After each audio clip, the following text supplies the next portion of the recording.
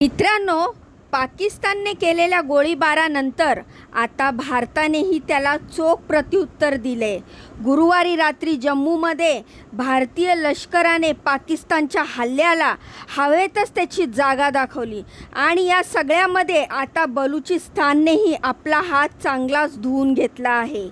एकीकडे भारत पाकिस्तान हल्ला होत असतानाच तिकडे बलुचिस्तानने सुद्धा या युद्धात सहभाग घेतला आहे. भारताने हल्ला करताच काही तासातच बलुचिस्तान पाकिस्तानचे 12 जवान ड्रोनने निवडले होते. एकीकडे पाकिस्तान कसा हल्ला करावा, याच्यावरचा दहशतवादी टॅगसुद्धा कसा शांत करावा या विचारात असतानाच बलुचिस्तानने मात्र पाकिस्तानला आता मागून घेरायला सुरुवात केली आहे. यातच बलोचने आता पाकिस्तानचा काही भूभागसुद्धा नव्याने जिंकलेला आहे. आता यामुळे भारत एका बाजूने पाकिस्तानला घेरत असतानाच मागून बलुचिस्तानसुद्धा पाकिस्तानचा भाग जिंकत चालला आहे. त्यामुळे बलुचिस्तान आता स्वतंत्र राष्ट्राच्या दिशेने पाऊल टाकतोय का? बलुचिस्तान भारताला कशी मदत करतोय? आणि महत्त्वाचं म्हणजे बलुचिस्तान अखंड हिंदुस्थानसाठी भारताला खरंच मदत करतोय का? हे सगळं पाहूया सविस्तर या व्हिडिओमधनं. तर मित्रांनो, हा व्हिडिओ पूर्ण बघा, त्यामध्ये तुम्हाला सगळीच माहिती कळणार आहे. तर नमस्कार मित्रांनो, मी रीमा तुमच्या या यूट्यूब चॅनलवर तुमचं खूप खूप मनापासून स्वागत करते.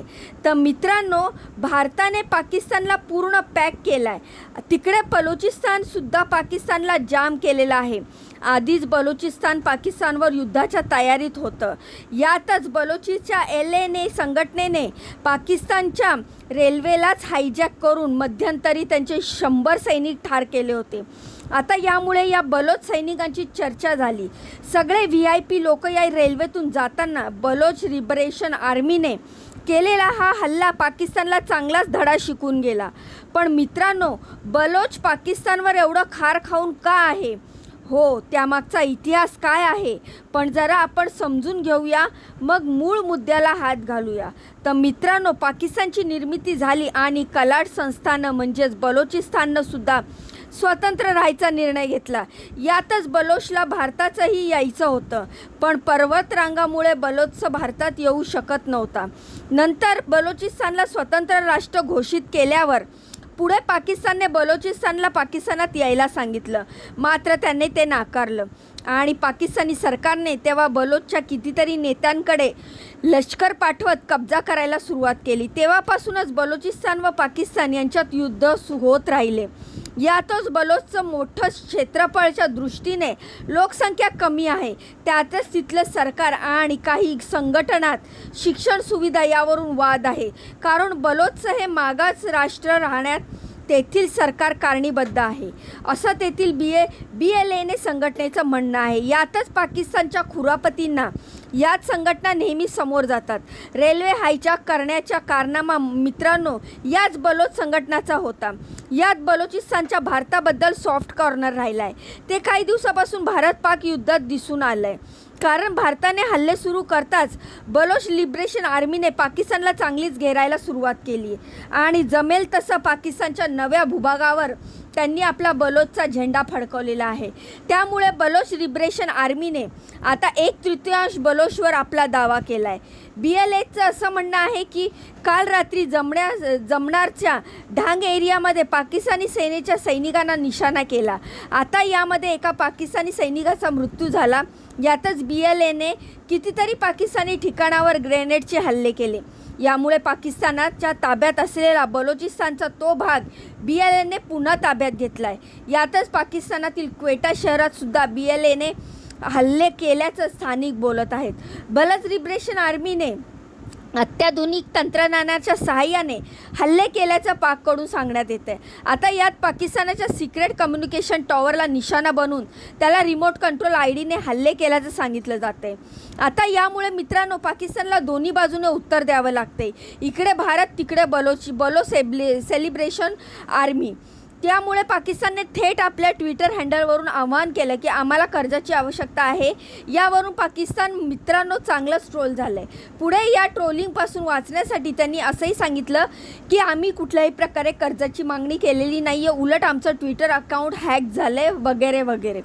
पण मित्रांनो, भारताने तर पाकिस्तानला त्याच्या शब्दात उत्तर दिले. मात्र तिकडेच बलोच लिबरेशन आर्मीसुद्धा एक प्रकारे भारताला पाकिस्तानच्या ताब्यातला भूभाग नव्याने जिंकून एक प्रकारे मदतच करत आहे. त्यामुळे बलोचिस्तान आता अखंड हिंदुस्थानाच्या दिशेने पाऊल टाकत असल्याचं बोललं जाते. यातच बलोचिस्तानचे लेखक मीर यार बलोच यांनी भारताला आता आवाहन केलं आहे की भारतात तुम्ही आमच्यासाठी दूतावास तयार करावा. तसेच मीर यार बलोच यांनी UNAलाही सांगितलंय की तुम्ही शांत अभियान आता पाठवू शकता. बलोचच्या या भूमिकेमुळे पाकिस्तानची हवा निघाली आहे. पाकिस्तानने बलोचिस्तानचा जो भूभाग पूर्वी घेतला होता तो भूभाग बलोच लिबरेशन आर्मीने परत घेतल्याने त्याचे क्षेत्रफळ आता चांगलेच वाढले. यातच BLAने असं सांगितलं की जो बलोच नाही त्यांनी बलोचिस्तानला सोडून पाकिस्तानात जावं. याच्यातच ISI पोलीस, पाकिस्तानी आर्मी आणि सरकारी व्यक्ती हे सगळे यात आले आहेत. तसेच अनेक नागरिकही यात आले आहेत.